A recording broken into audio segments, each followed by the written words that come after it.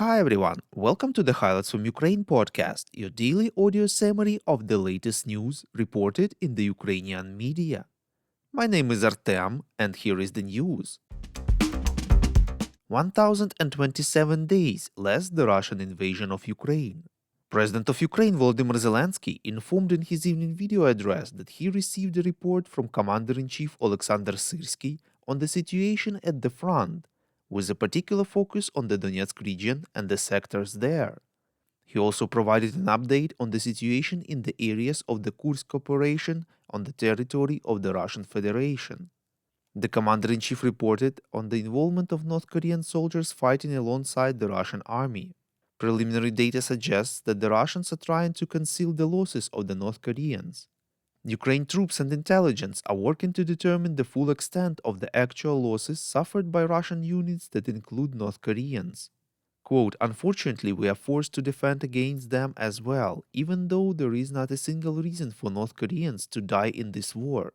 The only reason is Putin's madness, which has consumed Russia and fuels this war. We will continue to defend our positions," unquote, said Zelensky. Defense intelligence of Ukraine informed earlier that the Russians are reinforcing the units of the North Korean army after losses in assaults in Kursk Oblast, reports Novinarnya. North Korean army units suffered significant losses with at least 30 soldiers killed or wounded in the areas around the villages of Plekhovo, Vorozhba and Martinovka on 14th and 15th December 2024. In addition, at least 3 North Korean servicemen went missing near the village of Kurilovka. Assault groups are being reinforced with fresh personnel, in particular from the 94th Separate Brigade of the North Korean Army, so as to replenish forces that took casualties and to continue active combat operations in Kursk Oblast, the intelligence reports. Pentagon spokesperson Major General Pat Ryder has confirmed that North Korean troops have engaged in combat on Russia's side for the first time in Kursk Oblast, where US assessments indicate they suffered losses, reports European Pravda. Ryder said he had no further details. Russia's permanent representative to the UN, Vasily Nebenzia, said that Moscow does not accept any scenarios for freezing the war and considers Zelensky's peace initiatives to be an attempt to buy time to intensify the fight against Russia, reports Ukrainska Pravda. Speaking during the Security Council meeting, Nebenzia said that any scenarios for freezing the war, which were discussed during the meeting of Volodymyr Zelensky with Donald Trump and Emmanuel Macron, are unacceptable to the Kremlin. In addition, Nebenzia said that Zelensky's peace initiatives are an attempt to buy time to intensify the fight against Russia and receive new military assistance. According to him, Russia is ready for negotiations, but only with those who are ready to quote-unquote accept reality and end the war. Earlier, Slovak President Peter Pellegrini expressed a belief that Moscow and Kyiv need to sit down at the negotiating table, and Ukraine will need to make territorial concessions to achieve peace. Meanwhile, US President-elect Donald Trump has stated that his team is working on ending the war in Ukraine and has made, quote-unquote, a little progress. Trump said his team is attempting to stop the horrible war happening in Ukraine. The president-elect said that Ukraine is a land of flat terrain where the only thing that stops a bullet is the human body.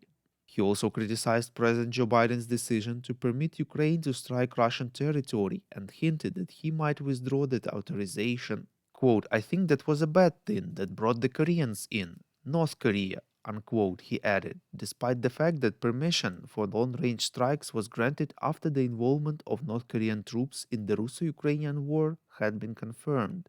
Asked whether he might reconsider the decision after he takes office, the US president-elect replied, quote-unquote, "I might."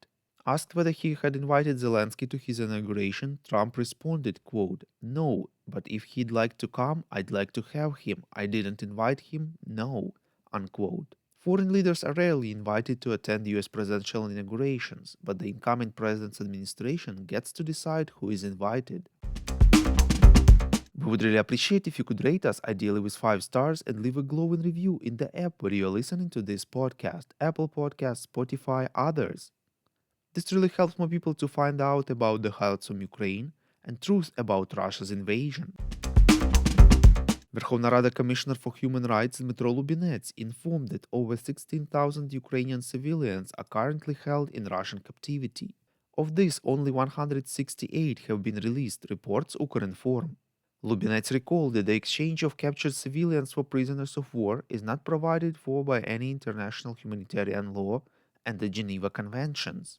Quote, this exchange procedure is provided exclusively for prisoners of war, but we managed to free 168 civilians. This is a small number, but there is a mechanism for how we can do it. The Ukrainian side, the negotiating team, is doing everything to return everyone from Russian captivity, including journalists, unquote, the ombudsman emphasized. According to Lubinets, there is a separate list of journalists who have been held captive by the occupiers. He emphasized that the Russians use torture and murder of journalists in order to, quote unquote, shut the mouth of representatives of the media in the temporarily occupied territories.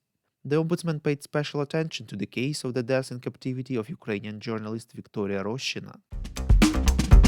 Thank you for listening to the Highlights from Ukraine podcast. We're a commercial initiative of just two people and we need your help to grow. Share information about the podcast, rate us in the app, subscribe to our Patreon. With your support, we are getting better.